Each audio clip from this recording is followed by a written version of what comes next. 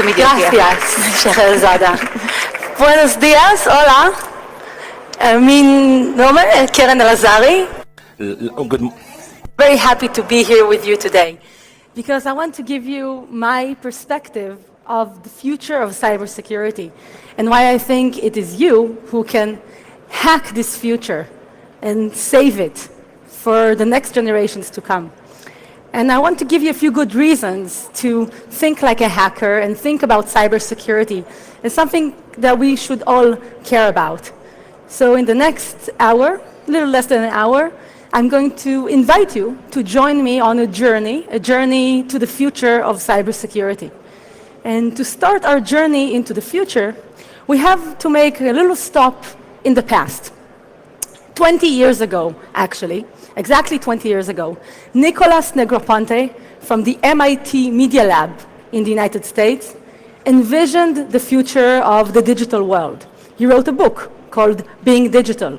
And in this book, where he discussed how the future of technology will change every aspect of human lives, Mr. Negroponte claimed that pretty soon, our future, our life, is going to be so connected that it's going to be the bits and bytes that matter, not the molecules and atoms. In fact, he argued that his book will no longer be a paper book, we will only have digital books. And I think he pretty much had it right. Our future is very digital, it's very connected, and it's allowing us to do some fantastic things. You're all here today because the 21st century is using technology in new ways. But sometimes technology is also allowing us to do not so fantastic things. For example, if you heard about this website called Ashley Medicine, this is a website that allowed some people to do some not so great things. For example, to find a partner for an affair outside of marriage. Now, I'm sure you've never heard about this website, and you didn't use it because I checked all the names of the users and you're not on it. I see you're not laughing, maybe I need to check again, and your names are there. Okay. But here's the story behind Ashley Medicine. This website was recently hacked by a group of hackers calling themselves the Impact Team. The reason the Impact Team decided to take down Ashley Medicine and expose its users to the public was not because they are against people having a romantic affair. It is because they thought that the promise of secrecy, discretion, and anonymity that this website offered was false. And they wanted to show the world exactly how fragile this promise of privacy and discretion is. And this is something we are seeing happening in every industry, not just in the dating world. Even Hollywood studios have to care about cybersecurity these days. We all heard about the hack into Sony Pictures Entertainment, one of the biggest studios in the world. And if you follow this story closely, you also learned that the hack into this company influenced the decisions to release a movie. It also influenced another person. And this is where, surprisingly, sometimes a data breach can have a great cause. If you're Hollywood actress Charlize Theron, the hack into Sony Pictures was actually good news. Why is that? Charlize Theron was able to identify in the emails that were leaked from Sony Pictures Entertainment that as an actress, she wasn't getting the same pay as her male counterparts in the next movie. So using the information from the emails, she was able to argue for a fair and equal pay, which I think is fantastic for feminist Hollywood actresses. But what is the news for the rest of us? I think a lot of people are afraid of hackers because they remind us of something we don't like to think about. They shatter the illusion of privacy and security that we have in the 21st century. And this is why, for a lot of people, when they think about hackers, they think about bad guys and bad girls. But that's not my point of view. That's not my perspective. I think hackers remind us that actually we're very close to a world in which maybe there are no more secrets left, not for a lot of us, especially because we share our information freely online. However, I have my own secret to share with you, and because I'm talking about transparency, I will share it now. I first got interested in cybersecurity and in the hackers world about 20 years ago. Actually, a little more than 20 years ago. And this is what I looked like. Now, this is a real picture from my elementary school in Tel Aviv. And it will be hard for you to find me in this picture. I bet you are trying to identify who might this little girl be. Well, here is the spoiler. That's me. Yes, I was such a nerd. I looked like a little boy. And I would go everywhere with my Walkman like that and with my glasses. And even the guys that were playing Dungeons and Dragons didn't let me join the group because I was too much of a geek for them. I spent all my time in the library or in the lab. I was taking apart gadgets that I had at home and trying to do things to my computer, like overclock the CPU. Does anyone here ever try to overclock their CPU? Yeah? Okay, good. I'm in good company. So for the rest of you, I'll tell you that it's not recommended by the PC company or by Intel, but actually back in the days where people still had PCs and they built their own kind of computers from parts, you could put a little piece of plastic on the motherboard in the right place, and it would actually make your CPU go a little bit faster. And this is almost like kids playing with their car in the garage, trying to make it go a little bit faster. This is how I grew up. And I was teaching myself how to write HTML and PHP. And I had no idea this is the sort of thing that is called being a hacker. And I really didn't think it was criminal or negative in any way. And then one day, 1995, 20 years ago, I had a realization. And this realization was thanks to another Hollywood actress. Maybe you know her, Angelina Jolie. In 1995, Angelina Jolie played Acid Burn, a young female hacker, in a movie called Hackers. And that movie changed my life, because for the first time I saw that you can be a hacker, you can be the hero, and you can be a girl when you're doing that. And it's all okay, and it works together. And so I decided that this is what I want to do with my life, that I want to become a hacker for good, a hero, if you will.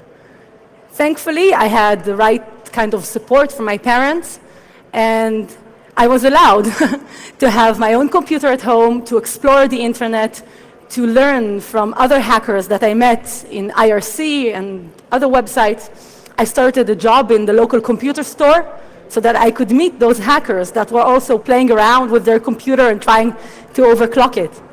Since then, it's been a few years, so I had the privilege and the honor of working with a few of the leading Israeli and international security companies, government agencies, universities. And what I did with all of these companies and organizations that I worked with, what I always try to do, and what is my goal to do with you today, is to show the hacker's point of view, the hacker's perspective, and how being a good hacker can create the future that we would like it to create. So if you are willing to go with me on this journey, I'd like to offer you the opportunity to think the same way. In the past year, I had another realization. The realization that in this connected age, in the 21st century, it's not just about security companies or government agencies to secure our future. Actually, it's about everybody working together. It's about an ecosystem. And this ecosystem needs the immunity. It needs the white blood cells to identify the problems. And actually, hackers are that immune system. This is the idea I shared on the TED stage last year. And if you are familiar with the TED website and the conference, I recommend that you check out this talk. It's a very short one. But I was very honored and humbled that my message about the immune system went a little bit viral. So a lot of people have seen it, and it was also translated to Spanish and a lot of other languages. And the good news about that is that I wake up in the morning and I get emails from hackers all around the world. Hackers from Africa and Japan and Latin America. And they're telling me, yes, we see ourselves as part of the immune system, as part of the solution, not the problem. And I hope by the time this journey we have today is finished, maybe you will see yourself in the same light. So Now is the time to consider if you want to be a part of the solution, if you want to save the future. And some people would say that they would like to change the world, but they don't have access to the source code. Well, the great thing about everything I'm going to show you this morning is that you don't need permission, you won't be breaking the law, and you don't need anyone to tell you, go ahead, get started. You can do all of these things by yourselves, at home, here at CyberCamp, at your company, at your university, anywhere at all. So I hope you're ready. I'm going to offer you this choice. And I understand that it is a difficult choice to take upon yourself this role of a hero. So I will give you a few good reasons, 5 good reasons why it's time to wake up, take the red pill, and become the heroes that can save the future. And we'll start with reason number 1, which is the biggest reason, the biggest issue, I think, for the future of cybersecurity. And this is something we are all starting to realize. Cybersecurity is not about secrets. It's not just about information. It's not just about bits and bytes. It's not about your Facebook passwords. I already have them. Nothing interesting there. It's not about your credit card details. It's about what we consider to be a modern society. It's what we want to see in our future. It's about things that really matter to our lives in a very intimate way. For example, take this insulin pump. If you happen to be a diabetic patient or you know somebody with diabetes, then you must realize that insulin pumps, like this device, can improve the life of diabetic patients. They monitor the blood sugar levels and automatically deliver insulin to the patient's bloodstream. Unfortunately, like a lot of new technologies, these devices can be hacked remotely. And it was the work of a famous hacker that I was inspired by, Barnaby Jack, who demonstrated with a radio antenna that these pumps could be hacked remotely. You might think his work is dangerous or illegal, but actually he never hurt any living human being. He demonstrated it with a transparent mannequin, but his demonstration sparked a solution. It was already 4 years ago, and it is not a coincidence that we are hearing more and more about cybersecurity in the medical device industry. I think it is a lot because of the work of Barnaby Jack and other hackers that were inspired by him.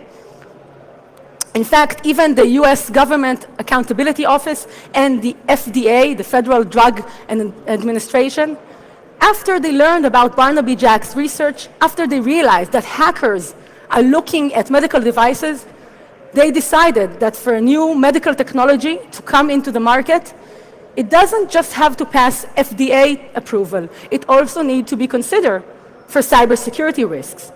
So it's changing an entire industry, an industry that is going to save the lives of people. And in a different industry, perhaps you heard recently about these 2 hackers, they're very famous, Chris Valachek and Charlie Miller. And Chris and Charlie almost don't need an introduction in security conferences because they have a very special hobby, finding the most hackable cars out there. And they make their tests and experiments and demonstrations on vehicles of all kinds and types. A few months ago, they showed the journalist from Wired magazine how they can remotely hack a Jeep Cherokee and take it off the road. Again, this looks very frightening. It looks illegal and scary. However, this demonstration caused earthquake for the automotive industry. Now every big car company from Volkswagen to Jeep, Toyota, Tesla are all looking at the cybersecurity of their vehicles. And that's going to be a part of our future, cybersecurity of medical devices, cars, even drones. Yesterday, you heard from Sami Kamkar about his drone hacking. This is the team from the University of Austin in Texas that used the GPS signal to take down a drone in the desert of Texas. They already demonstrated the vulnerability of a spoofed, that means a fake GPS signal, a few years ago. After they showed their success with the drone, they moved on to something a little bit bigger, an $80 million super yacht. And I think you can guess the result. Using the same technology, GPS signal and a laptop computer, they were able to take this yacht off course. Again, nobody was hurt in this demonstration. It was used to show the power and the vulnerability of this technology. This is what I would like us all to be doing. And when I think about how cybersecurity is now in the human body, it's in cars, in planes, in boats, actually it might also be in another planet. This is the Mars Curiosity rover sent by NASA to the Red Planet. It landed there in the summer of 2012. And I'm curious how many of you can guess what language does this robot speak? And I'll give you a hint. It's the most popular language in the galaxy right now. Does anyone speak Klingon? No? Any guesses what's the language I'm talking about here? If you shout, I can hear you. Binary? So the guess is binary, zeros and ones. And you're correct, of course. But I'm thinking about something more specific, a language that humans and machines talk every day. Actually, it is Java. And Java, JavaScript, and the Java software environment is now running on billions of devices, not just on this planet, also on Mars. So if you want to know how to protect the future of cybersecurity, I think Java is going to be a big part of it. Because unfortunately, Java also happens to be one of the most vulnerable software environments out there. In fact, these are the top 10 computing and software environments in which the most vulnerabilities, that means the most bugs, the most problems were found in the past 25 years. And I don't know what languages you all speak or what do you work with in your company or your organization, but I'm willing to bet that you have to use these technologies every day. So this has been the history of cybersecurity. But the future of cybersecurity, it's going to be about GPS and RFID and Arduinos and smart cars and connected medical devices. And guess what? All of these new technologies are going to be connected to these vulnerable old technologies. And when these new things come together, so many new problems are going to be found out there. And here's what I'm thinking. Wouldn't it be a little naive to expect just one company, for example, the company that makes this product, to find all of these problems by themselves? That's why I think we need an immune system to identify all of these issues, if we ever want to, have a chance at securing all of these things. So what can you do? How can you take this number one problem and do something with your own future to make a difference? Well, the first thing that I would like you to do, and really the most important thing that I would like to tell you today, is to focus your cybersecurity research on things that matter for human lives. So not just credit card numbers or Facebook passwords. Devices like medical technologies, cars, connected homes, that is going to be the future of cybersecurity. And if you want to learn more about these issues, I have a few ideas for you. One idea is a fantastic movement called I Am the Cavalry. It was started by two hackers in Las Vegas at the biggest hacker event of the world, DEF CON, 3 years ago. And what these two hackers realized is that we need more hackers to look at things like connected homes and cars and medical devices. So if you want to learn about that, check I Am the Cavalry. It's a great resource to get started. If you want to build new Internet of Things devices and connected applications at home, if you're playing with a Raspberry Pi, Arduinos, other devices, and you want to make sure that you're actually creating secure technologies, learn from Build It Securely. It's a website with resources about how to hack hardware and create it as a safer alternative. And if you just want to play around, I recommend you check out Shodan.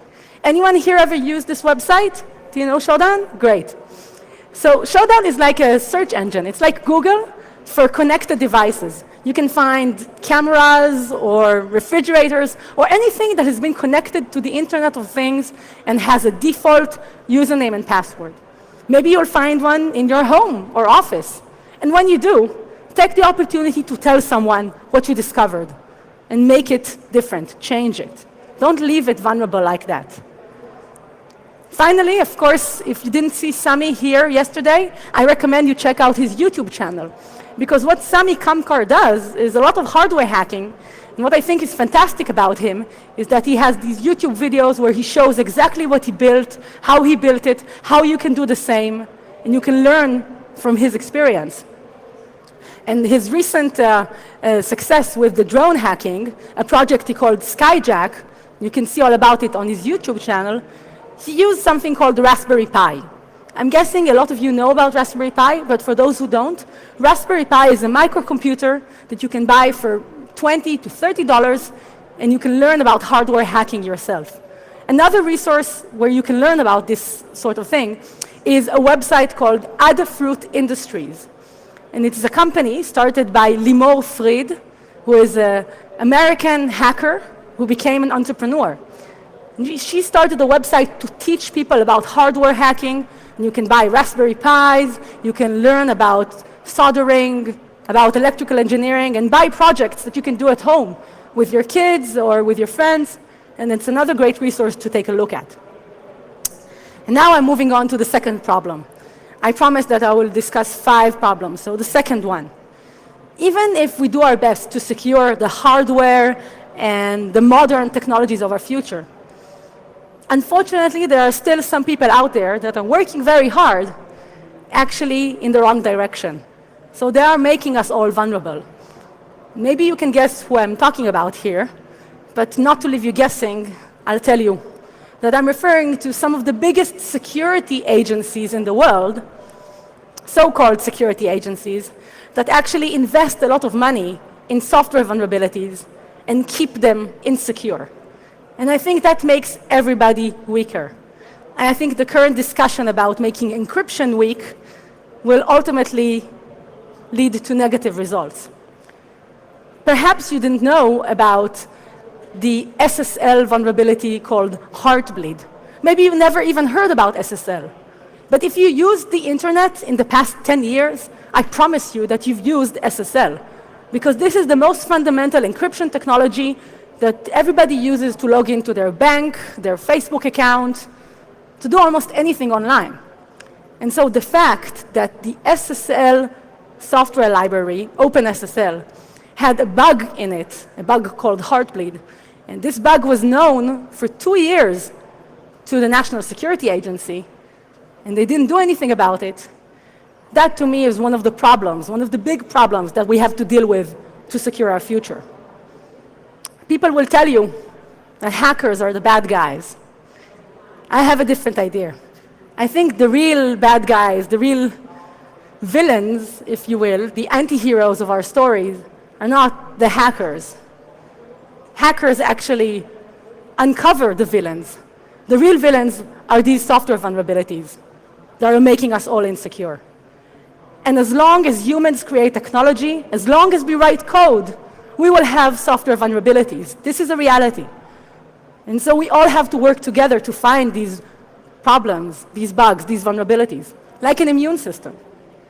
Or maybe, if we don't solve these problems, Marvel will have their next anti-hero or a villain for their next movie. But all joking aside, I'm quite serious about this. And it might seem daunting, the idea that we can find all the problems. But about 100 years ago, a Supreme Court justice in the United States said something very inspiring. He said that there is no better disinfectant than the light of day. That transparency and sharing information is one of the best medicines against society which is sick and has problems. I don't think he was thinking about software hacking at the time, but the idea applies, in my opinion. And so I would like to inspire you not to keep your bugs to yourself. I would like to inspire you to share your findings of vulnerabilities and exploits And here's the great news. In 2015, there has never been a better time to be a hacker or to be a security researcher, because there are so many ways that you can share your knowledge and experience with other people without getting sued, without going to jail, without doing community service. One such place is the Open Source Vulnerability Database, or the OSVDB.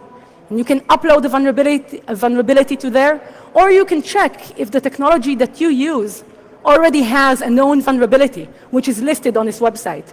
Then perhaps you can be part of the team to fix this problem.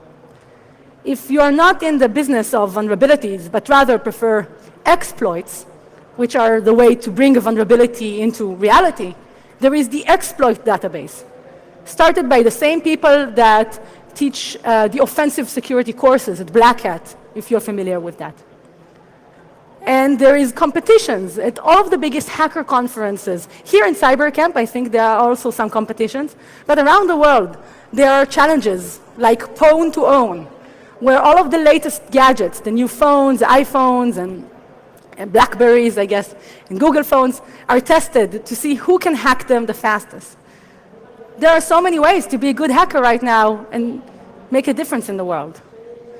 Now, this is one of my other hacker friends. This is Nir Goldschlager. He's from Israel. And in the past 3 years, Nir is always hacking into Facebook. Every year, he is one of the top hackers that are breaking Facebook and finding problems with Facebook. But Nir doesn't go to jail. He gets a reward because Facebook, a company started by a hacker, realizes that there is great potential in collaborating with hackers.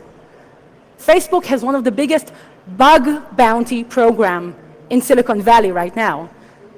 A bug bounty program is an opportunity for an independent hacker like Nir from Israel to find a problem with Facebook, report it, get it fixed, and also get a reward for his efforts. And this approach is not just taken by innovative companies like Facebook. Actually, AT&T, Samsung, PayPal, Microsoft, Google, all of the technology giants right now have such programs to collaborate with hackers. And I think this is a fantastic approach. And if you're interested in any of these technologies or websites, you can start researching them, and perhaps you'll find a bug there as well. There is even a bug bounty program for the basic technologies that we all use, like Ruby, Perl, and PHP. Microsoft collaborated with Facebook to put up the bounty, the reward, for people that can find problems. And they did this after Heartbleed, because they realized that some of these technologies, like the OpenSSL technology, is so critical for everybody, we can't afford not to pay hackers to look at these products, at these technologies, and find the problems. If you're curious to learn more about bug bounty programs, check out these 4 companies. These are companies that act like social networks, if you will, or mediators between the independent researchers and the big companies that want to work with hackers. If you're a big company and you want to work with hackers, talk to these guys. They can help you out.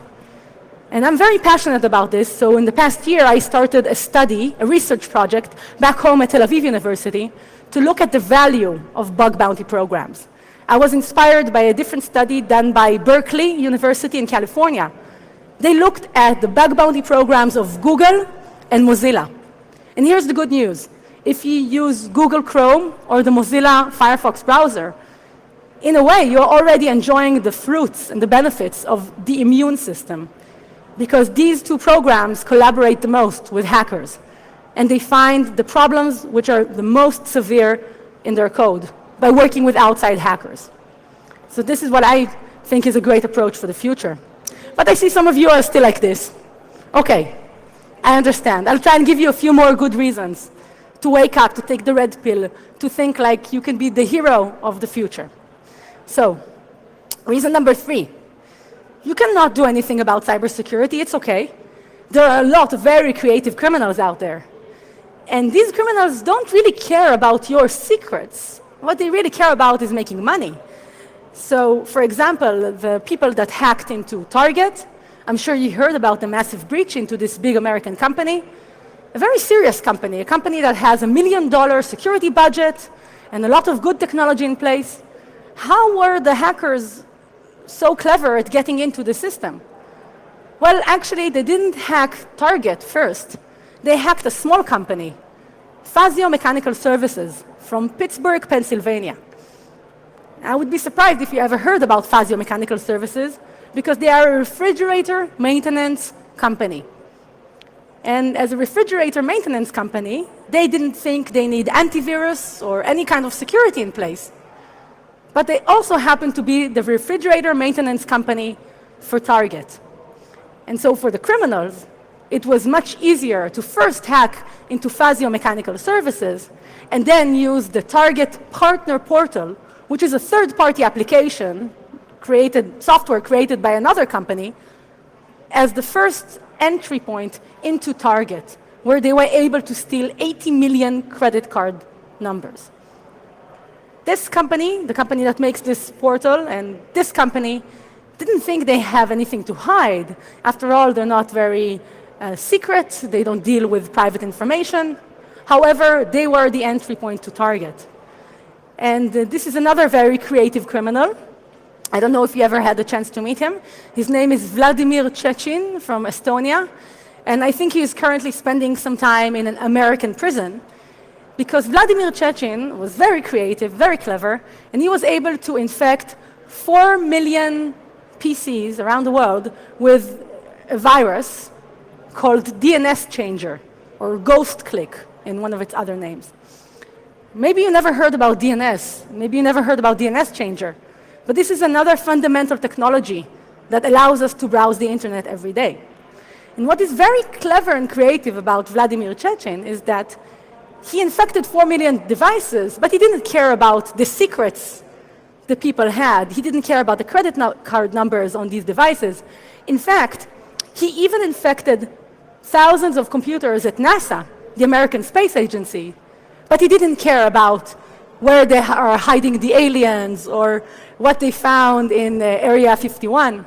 No, this was not interesting to Vladimir Chechin. All he wanted to do was use the DNS settings to put up ads, banners and ads on their computers.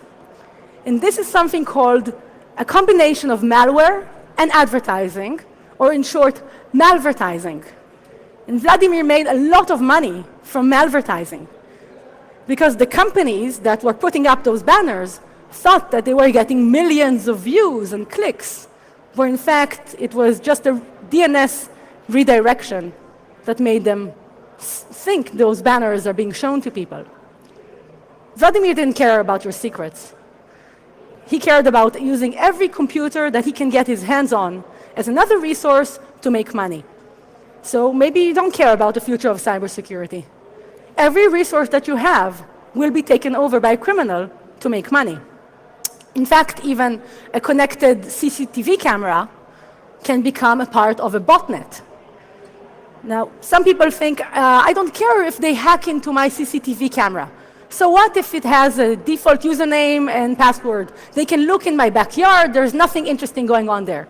Maybe that's true, but it is a connected device, and it has access to the internet. And so creative criminals have found a way to use even these devices as part of the botnet. And the botnet can be used to send spam. Nobody likes spam. Or it can be used to launch a denial of service attack and take down one of your favorite websites. So even if you don't think you have anything to hide, creative criminals don't care. They'll find a way to make money. So I think it's time to wake up and smell the coffee. And when it comes to this problem, it really isn't just for government agencies or law enforcement to solve it. It's really about all of us and the things that we do every day, the applications we download and click and install, or the devices that we leave with a default username and password. And the only way to get over attacks like what happened to Target, for example, or what happened at NASA with the DNS changer, is by sharing information about these attacks as they happen. And more companies and organizations around the world are learning to do this. Share the technical details of what went wrong in their systems without being ashamed to admit that they were hacked, because this is the reality. Everybody gets hacked. It is time to work together, not just one company with another, but with other companies in the industry, with hackers, and with security agencies. Moving on to the fourth problem, the fourth reason why you should care. Think about who is standing on the front lines of this new connected cyber world. Maybe you think it's those soldiers that were on the stage earlier. Fierce cyber warriors, they are protecting all of us, right? Well, maybe they are very brave. I'm sure they are very knowledgeable. But the reality is that cybersecurity and cyber warfare and attacks, they don't really know a boundary. They don't stop in the entrance to a country and say, oh, here's the cyber military, let's watch out. They attack everybody and anybody. It doesn't matter where you are. They even attack you people sitting in the audience and your friends, maybe your mother, your cousin, the people that are clicking next, next, next, the people that are downloading malicious applications. Even Taylor Swift was hacked. Her iCloud account was hacked. So it's not a matter of soldiers and spies. Cybersecurity is a matter for all of us. We are on the front lines. It's the people that click and approve or set a weak password. It really is for all of us to care about. And I think we need to look more like this. And we need to help our friends, our colleagues, our relatives, the people that we are in touch with, to think more like hackers. That means to be ready, to be smart, to think about the cyber issue as something that they have to care about. Even Taylor Swift has to care about it. So how can you teach people about cybersecurity? What can you do to share your knowledge and your information? Thankfully, again, in 2015, there are so many ways to do that. And in fact, if you want to make sure that the people you talk about cybersecurity with care, just tell them this piece of information. In the future, the world will need 1 million security professionals to provide for all of the challenges. So that means that if somebody cares about cybersecurity right now and learns about it, they are almost guaranteed a job for the future. So this is a good way to start teaching other people about caring about cybersecurity, because there is a growing need for more talented workforce. One thing I like to do is participate in crypto parties. I don't know if you've had crypto parties here in Spain. Anyone here participate in a crypto party? No? So I'll tell you what is a crypto party. It sounds very dangerous. It's actually a lot of fun. A crypto party is a voluntary meetup where people that know about cryptography, people that understand how to use SSL and PGP, how to encrypt your laptop, how to use Tor, they get together and they show people who don't know how to do it what cryptography is all about. They just teach other people. It's very simple and it can be a lot of fun. Another fantastic way, I think, to teach people about cybersecurity and to raise their awareness is an experiment that we did in Tel Aviv University. And this is something we like to call the Red Cyber Team. So a few of my colleagues, researchers at Tel Aviv University, and people that are in their day jobs, hackers or engineers at some of the leading security companies in Israel, they volunteered their time to spend a few hours every month and do a red team testing. That means try to hack some civil organization that didn't have a cybersecurity team in place. And they did kind of ask for permission, but not very formally. And some of their findings were amazing. In fact, they went to hospitals in Israel, and they were able to show the hospital management that cybersecurity is a major problem there, by this simple experiment of volunteering their time and their knowledge to form the red team and going to the hospitals and showing them their vulnerabilities and problems with their technology. And that's another great way that you can embrace in your organization, in your company, in your community. And I have actually a question for the audience here. Who here has been in the world of cybersecurity or interested in hacking for more than 5 years? Have you been in this field for more than 5 years? Please do not be ashamed to admit it. I think you should be proud if you've been in cybersecurity for more than 5 years. Okay, keep your hands up, please. Keep your hands up. Who has been in this field for more than 10 years? Keep your hands up. Okay, thank you for lighting the audience for me. Okay, the people that have been doing this for 5 years and 10 years, hands up, please. Everybody else, if you want to learn about cybersecurity, look at the people with their hands up and go to them in the break and ask them, can you show me something I don't know? Can you teach me something I don't know? Can I go with you and learn something? this is how I learned. I found hackers that were more experienced than I am, and I shoulder surfed. Do you know what is shoulder surfing? I sat next to them when they were coding and hacking, and I tried to learn from them. And the people that already have the experience in this field, don't be ashamed to say, I have experience, I would like to teach you. Because there is no other way we're going to get more experienced cybersecurity people out there if we don't teach other people. One thing I try to do back home in Tel Aviv is that I start a group for women in cybersecurity. And I'm very proud to say these are some of my best friends who are leading cyber ladies. And the three ladies in the top, Irene, Hila, Renana, they all started as hackers in Israel, just like me. But they didn't have role models. They didn't have other women that were in the field to learn from. So by starting our group, we all learn from each other, and we can help each other. And we also take inspiration for women like Katie Masuris, who works for HackerOne, and Marion Marshalek, who is an Austrian malware reverse engineer. I think it's very important that if you have experience in this field, you can reach out to other people and show them how you learned what you learned. And you should be proud of your achievements and share that with other people. Finally, I reached the fifth problem that I see, the fifth reason why you should care. And this is a problem I call the gap. Of course, I'm not talking about the fashion company. I'm talking about the cyber gap. And the fact that we here in this room, we know how important cybersecurity is.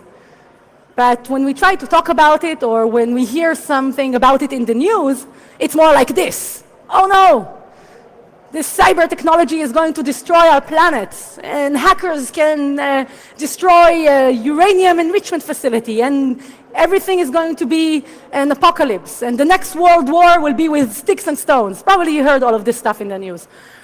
I think it's important to take this fear, because it is the fear and the cyber fear, and to take it down a notch. I don't think it's very realistic. I think it's important that when you, as a security professional, hear something exaggerated like this, you take it down and you bring it to reality. So here's the reality. Squirrels, I mean the animals, have actually caused electrical blackouts in the United States multiple times. Not the maybe idea of a cyber attack taking down the power grid. The real idea, real animals, eating the power cables, caused electrical blackouts in the United States. So this is a real problem, just like cyber warfare, and I think we should bring it down to reality. And when we hear these fear, uncertainty, and doubt, we hear the news talking about how the damages from cyber warfare could be catastrophic. Bring it to reality. Fight it with the facts. Fight the FUD, if you will. FUD is the acronym of fear, uncertainty, and doubt. Because it spreads just like a disease, and it makes it harder to secure our future if more people are just afraid. Because when they are so afraid of cybersecurity, they think, okay, it's despair. We can't do anything about it. When you know it, that's not true. The internet needs you. It needs you if you want to keep using it, if you want to have a safe and secure and free internet, free from censorship, free from criminals. Nobody is going to make it safe. The internet is for all of us, so it really is up to you. Not to read other people's emails, that's not very interesting. The internet needs you to be a hero, an icon, to take your knowledge, take your experience, and kind of like magic, make the world a better place. And so finally, I want to remind you that everything I said today are things we can all start doing. We don't have to ask for permission. Here are the reminders. Research what matters. Things that matter to human lives, not just secrets and passwords. Cars, medical devices, homes, Internet of Things. Don't keep bugs to yourself. If you find vulnerabilities, report them. There's never been so many ways to do that safely and legally as there are today. Understand that by collaborating and sharing, every organization can be safer. Because usually when a criminal attack happens, it doesn't just happen to one company. When it happens to Target, it also happens to Fazio. It also happens to other companies. When somebody changes your DNS settings, they also did it to 4 million other computers. So sharing is the first step to get rid of these criminals. Understand that Taylor Swift, or your colleagues, your friends, your families, are the people that make the life of criminals easier because they click and they approve and they don't care about cybersecurity. So you have to teach them. You have to make them as cyber smart as you are. Otherwise, they're just going to make us all insecure. And finally, stop the spread of the cyber fear. Bring it down to the facts, to the reality of what is possible and what is not possible in the cyber world. And once again, everything I said are things you can do. They are not illegal, and you don't need permission from anyone. You can just start doing it. You could change the world. You have access to the source code. Hacking gives you that power to change the world. And so, if you see yourself also like a hero by this point, I hope so. I hope you can join me in becoming part of the solution, part of the future of cybersecurity. And before I take some questions from the audience, I'd like to have one last question for you. The future is already here. The only question is, will you be able to save it? Thank you. Thanks. And now we will take some questions from the audience. I think we have some microphones. As you all get your gears ready to ask a question, please feel free to ask me questions in Spanish. I have a translation service option. And as you get ready to ask questions, is there anyone that wants to ask a question? Well, I will take this opportunity. Oh, thank you. Thank you. I will take this opportunity to invite you all to Tel Aviv. Because just like this fantastic event here, CyberCamp, which is supported by the Ministry of Industry and INCIBE, in Tel Aviv, at Tel Aviv University, we also have a free event called Cyber Week. It is in the summertime, in June. It's a great time to visit Tel Aviv. And I think just like here, it's the only place where you can see army generals, hackers, professors from the academy, startup entrepreneurs, and hackers all together. And now I'm hoping maybe you have some questions for me. Anyone? Please don't.